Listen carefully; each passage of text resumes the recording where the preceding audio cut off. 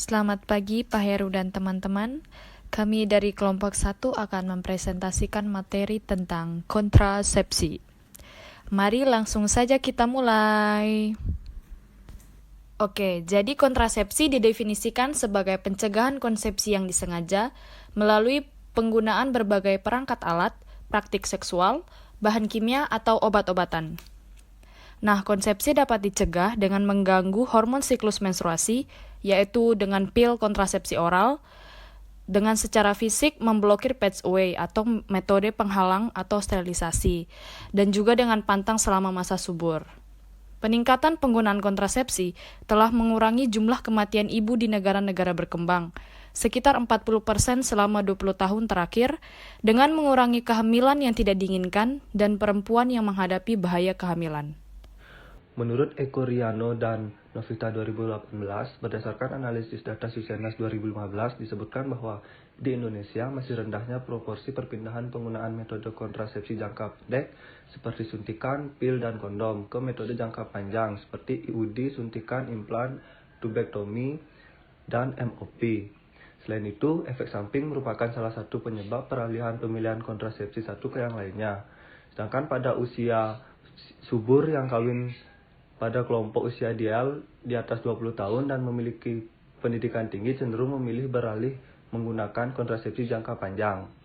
Menurut Rahmawati DKK 2017, persentase terbesar kejadian reaksi obat yang tidak dikehendaki akseptor kontrasepsi suntik tunggal adalah gangguan menstruasi dan perubahan emosi, sedangkan akseptor kontrasepsi suntik kombinasi adalah perubahan emosi dan nyeri tulang. Selanjutnya kita akan masuk ke etiologi, di mana penggunaan kontrasepsi ini merupakan salah satu program dari pemerintah yaitu KB, di mana untuk mendukung percepatan penurunan jumlah kematian ibu dengan mencegah kehamilan 4 terlalu muda, terlalu tua, terlalu sering, dan terlalu banyak. Dan untuk kehamilan yang tidak diinginkan. Kehamilan yang tidak diinginkan atau KTD ini dapat terjadi pada pasangan usia subur dengan admitted. Admitted adalah pasangan usia subur yang tidak ingin punya anak lagi atau yang ingin menjarangkan kelahiran tetapi tidak menggunakan kontrasepsi. Lalu kegagalan KB, ketiga kasus pemerkosaan, dan yang terakhir adalah seks pranikah, di mana keadaan tersebut sering berakhir dengan tindakan aborsi yang tidak aman atau unsafe abortion yang dapat membahayakan nyawa ibu, yang merupakan salah satu penyebab masih tingginya jumlah kematian ibu saat ini. Secara fisiologis, panjang rata-rata dari siklus menstruasi adalah 28 hari. Siklus menstruasi terbagi menjadi 4 fase fungsional, yaitu folikel, ovulasi, luteal, dan menstruasi. Hipotalamus akan mengeluarkan hormon pelepasan gonadotropin yang merangsang hipofisis anterior untuk mengeluarkan hormon perangsang folikel atau FSH dan hormon luteinizing atau LH. Pada fase folikel, kadar FSH akan meningkat dan menyebabkan terjadinya perekrutan sekelompok kecil folikel untuk tumbuh membentuk folikel dominan, yang kemudian akan pecah untuk melepaskan oosit. Folikel dominan yang tumbuh akan mensintesis estradiol, progesteron, dan androgen, yang memberikan umpan balik negatif pada sekresi hormon pelepasan gonadotropin dan FSH. Estradiol akan menghentikan aliran menstruasi dari siklus sebelumnya, mengentalkan lapisan endometrium, dan menghasilkan lendir serviks yang encer. Sedangkan hormon FSH akan mengatur enzim aromatase yang menginduksi konversi androgen menjadi estrogen dalam folikel. Kemudian, hipofisis akan melepaskan lonjakan LH pada pertengahan siklus yang merangsang tahap akhir pematangan dan ovulasi folikel. Ovulasi terjadi 24 hingga 36 jam setelah puncak estradiol dan 10 sampai 16 jam setelah puncak LH. ovulasi akan terjadi selama 14 hari. Tingginya kadar LH merupakan prediktor yang paling berguna secara klinis untuk mendekati fase ovulasi. Setelah ovulasi terjadi, fase luteal akan terjadi berikutnya, di mana folikel luteus atau LH yang tersisa akan menjadi korpus luteum yang menyintesis androgen, estrogen, dan progesteron. Jika kehamilan terjadi, human chorionic gonadotropin akan mencegah regresi korpus luteum dan merangsang produksi estrogen dan progesteron. Namun, jika kehamilan tidak terjadi, korpus luteum, progesteron akan menurun, sehingga terjadilah proses menstruasi. Outcome terapi yang diharapkan dari penggunaan kontrasepsi, yang pertama, pencegahan kehamilan setelah hubungan seksual. Yang kedua, mengurangi banyaknya kehilangan darah selama masa menstruasi, dan siklus menstruasi lebih terkontrol setiap bulannya. Yang ketiga, mengurangi dismenore dan nyeri saat menstruasi. Terapi farmakologi. Yang pertama ada oral contraceptive combination. Combination oral kontraseptif mengandung hormon estrogen sintetik dan salah satu dari beberapa steroid dengan aktivitas progestasional, yaitu hormon progestin. Kebanyakan obat ini dikemas dalam siklus 21/7, yaitu 21 pil aktif dan 7 placebo. Mekanisme utama dari obat ini dalam mencegah kehamilan yaitu menghambat terjadinya ovulasi. Komponen estrogen di dalam obat aktif dalam menghambat pelepasan FSH. Pada dosis yang cukup tinggi, estrogen juga dapat menyebabkan penghambatan pelepasan LH. Sedangkan komponen progestin di dalam obat menyebabkan penekanan LH. Ovulasi dicegah dengan penekanan lonjakan pertengahan siklus kedua FSH dan LH dan meniru perubahan fisiologis yang terjadi seperti saat selama kehamilan. Di dalam bukunya Koda Kimball tahun 2013 ditunjukkan sebuah bagan yang menunjukkan syarat-syarat kondisi seorang wanita yang tidak diperbolehkan untuk menggunakan obat kontraseptif oral combination ini. Seperti contohnya, jika seorang wanita merokok dan usianya di atas 35 tahun, memiliki hipertensi atau memiliki diabetes, dan beberapa kondisi-kondisi lain seperti yang tertera di dalam bagan tersebut, maka wanita tersebut tidak diperbolehkan untuk menggunakan obat kontraseptif oral combination ini dan disarankan untuk menggunakan obat kontraseptif yang lain. Demikian juga dalam bukunya Chisholm-Burn tahun 2013 menunjukkan sebuah tabel yang berisi tentang kondisi-kondisi seorang wanita yang dikontraindikasikan dengan penggunaan obat combination oral kontraseptif ini. Seperti contohnya ada riwayat thromboembolic disease, ada riwayat stroke, dan yang lain-lain.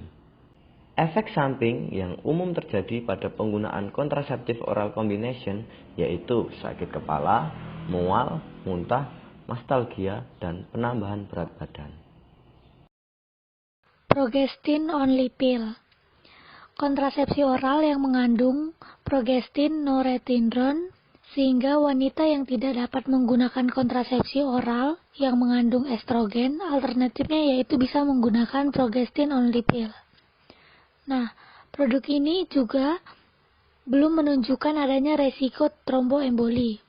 Oleh karena itu, wanita beresiko lebih tinggi dengan riwayat tromboemboli merupakan kandidat yang baik untuk menggunakan kontrasepsi progestin only pill.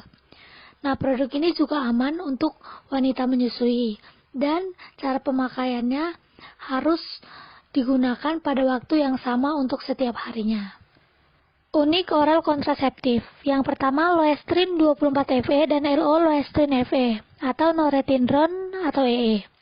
Merupakan persiapan siklus panjang yang mengandung estrogen dosis rendah, jumlah progestin yang tinggi, dan aktivitas androgenik sedang. Loestrin 24FE mengandung 24 tablet aktif dan 4 tablet placebo. Sedangkan LO Loestrin FE mengandung 24 tablet hormon kombinasi, 2 tablet hanya estrogen, dan 2 tablet placebo yang hanya berisi besi. Yang kedua yaitu Seasonal, Quasens, dan Introval atau levonorgestrel atau EE. merupakan kombinasi monofasik yang dikemas sebagai siklus pengobatan 91 hari dengan 84 tablet aktif diambil secara berurutan diikuti oleh 7 tablet placebo. Yang ketiga yaitu Yasmin dan Yas atau drospirenone atau EE, merupakan kontrasepsi oral yang unik, mengandung progrestin drospirenone. Hormon ini tidak hanya memiliki sifat adriadrogenik, tetapi juga menunjukkan aktivitas antimineralokortikoid dalam uji praklinis. Sediaan ini memiliki aplikasi unik pada wanita muda yang mengalami masalah terkait produksi androgen yang terlalu banyak. Yang keempat yaitu Estrostep FE atau norethindrone asetat atau EE. Selain pencegahan kehamilan, produk ini membawa indikasi yang disetujui untuk pengobatan akne vulgaris tingkat sedang pada wanita usia 15 tahun atau lebih tua yang menginginkan kontrasepsi, namun belum merespon cukup untuk obat anti jerawat konvensional. Yang kelima yaitu Mirket atau Dosogestrel atau EE, memiliki jadwal unik. Setelah 21 tablet aktif, hanya ada 2 tablet dengan bahan inert, 5 tablet terakhir dalam paket memiliki 10 mikrogram EE. Yang keenam yaitu Ofcon 35 atau norethindrone atau EE, merupakan formulasi unik tablet kunyah yang tersedia untuk wanita yang mengalami kesulitan menelan obat-obatan. Ofcon 35 atau norethindrone atau EE memiliki 28 tablet yang dapat dikunyah dan telah ditambahkan perasa spermin.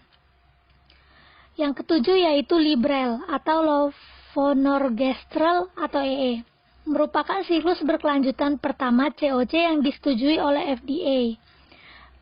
Pil aktif diminum setiap hari sepanjang tahun tanpa interval bebas pil. Keuntungan utama dari produk ini adalah penghapusan periode menstruasi. Interaksi obat dengan kontrasepsi oral EE di metabolisme di hati, terutama melalui sitokrom P450 atau CYP450-3A4. Banyak obat yang berpotensi berinteraksi dengan kontrasepsi, terutama yang dapat mengurangi efektivitas kontrasepsi. Terapi farmakologi berikutnya adalah non-oral hormonal kontraseptif. Non-oral kontrasepsi merupakan alternatif pilihan selain pengkonsumsian pil kontrasepsi oral. Bentuk sediaan kontrasepsi non-oral yaitu transdermal, transvaginal, dan injeksi. Formulasi ini juga tidak memerlukan administrasi harian yang membuatnya lebih nyaman daripada formulasi pil kontrasepsi. Terdapat 4 sediaan dalam non-oral hormonal kontraseptif. Yang pertama, Ortho-Evra. Ortho-Evra merupakan patch transdermal yang mengandung estrogen 20 mg EE dan progestin 150 mg norelgestromin. Cara penggunaannya adalah dengan menempelkan patch pada perut, pantat, dada bagian atas, atau lengan atas bagian luar, sekali seminggu selama 3 minggu, dan diikuti oleh 7 hari bebas patch. Yang kedua ada Nuvaring. Nuvaring adalah sistem pengiriman transvaginal unik yang menyediakan 15 mg EE dan 120 mg etonosgestrel untuk pencegahan ovulasi. Nuvaring dimasukkan ke dalam vagina pada atau sebelum hari kelima dari siklus menstruasi dan dikeluarkan dari vagina 3 minggu kemudian. 7 hari setelah cincin dilepas, cincin baru harus dimasukkan. Yang ketiga ada Depo-Provera. Depo-Provera adalah kontrasepsi suntik yang hanya mengandung progestin yang mengandung depo-metroksiprogesteron asetat. Depo-Provera diberikan secara intramuskular sebagai injeksi 150 mg setiap 3 bulan. Yang terakhir, Depo-Sub-Q-Provera 104. Depo-Sub-Q-Provera 104 merupakan produk kontrasepsi suntik yang hanya mengandung progestin yang mengandung depo-metroksiprogesteron asetat. Produk ini berbeda dari Depo-Provera karena hanya diberikan secara subkutan daripada intramuskular dan hanya mengandung 104 mg metroksiprogesteron asetat, sekitar 30% lebih sedikit, yang diberikan setiap 3 bulan untuk pencegahan kehamilan. Terapi farmakologi berikutnya adalah long-acting reversible contraception. Saat ini terdapat 4 alat kontrasepsi implan, 3 yang mengandung progestin dan 1 yang non-hormonal yang tersedia. Alat ini dikenal juga sebagai Long Acting Reversible Contraception atau LARC. Setelah pemasangan, Mirena, sebuah intrauterine device atau IUD, yang melepaskan levonorgestrel dapat memberikan perlindungan kontrasepsi hingga 5 tahun.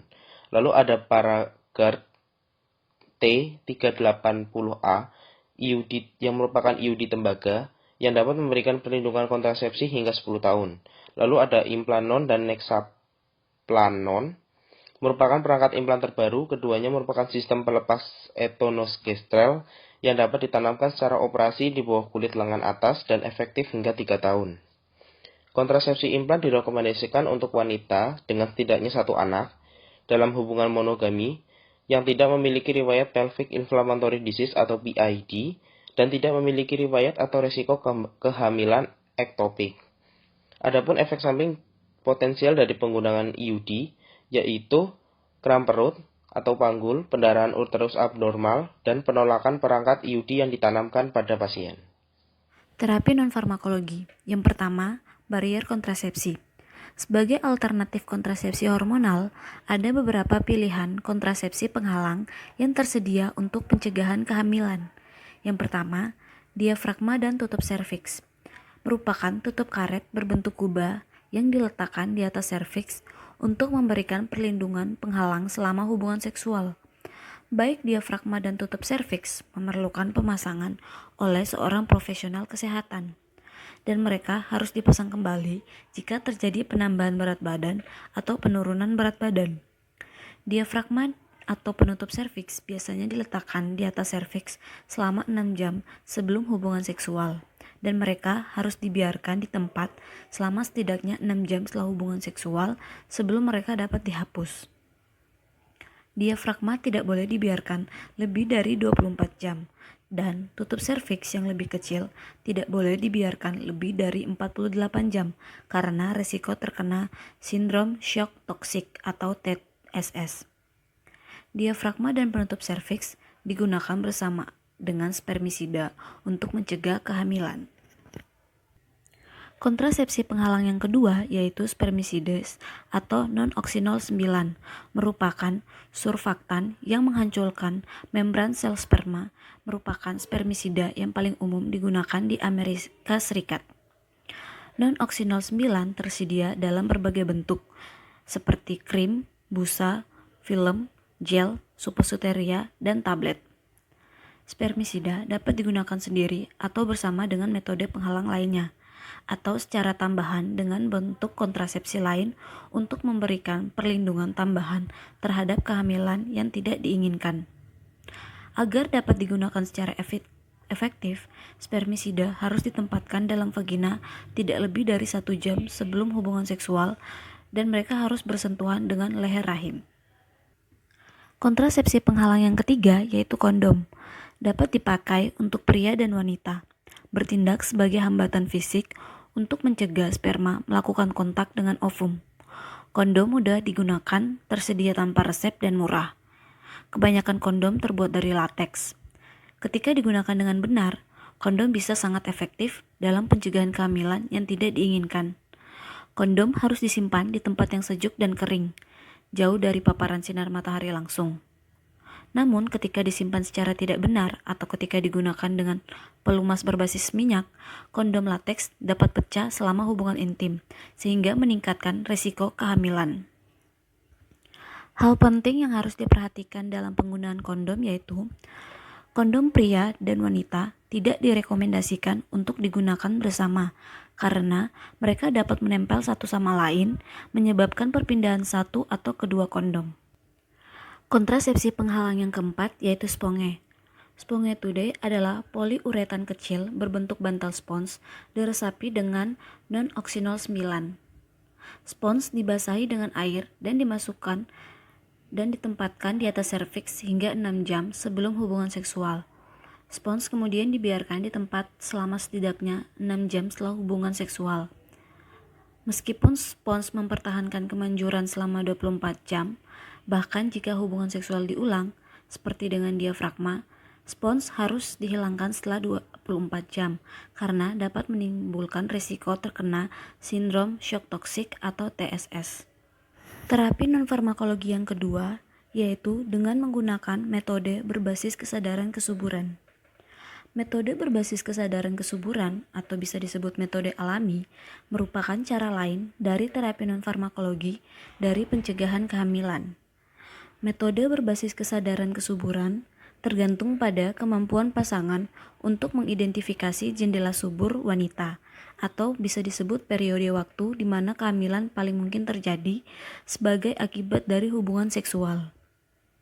Selama masa subur, pasangan mempraktikkan pantang atau menghindari hubungan seksual untuk mencegah kehamilan.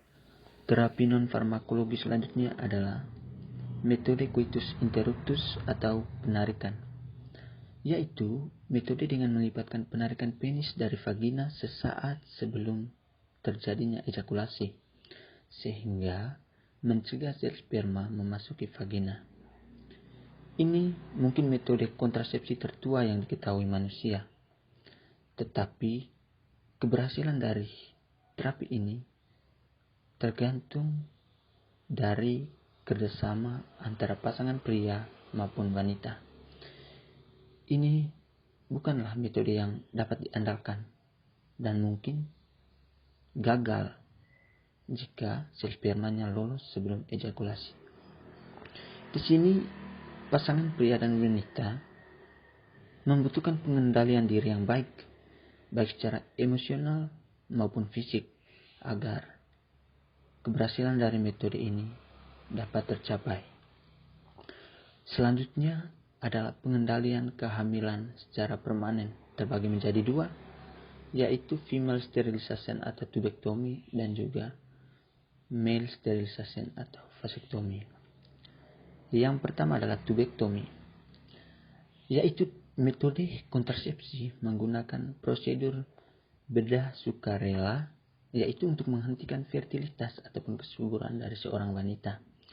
Mekanisme metode ini adalah mengoklusi tuba falopi atau mengikat, mendorong atau memasang cincin sehingga sel sperma tidak dapat bertemu dengan ovum.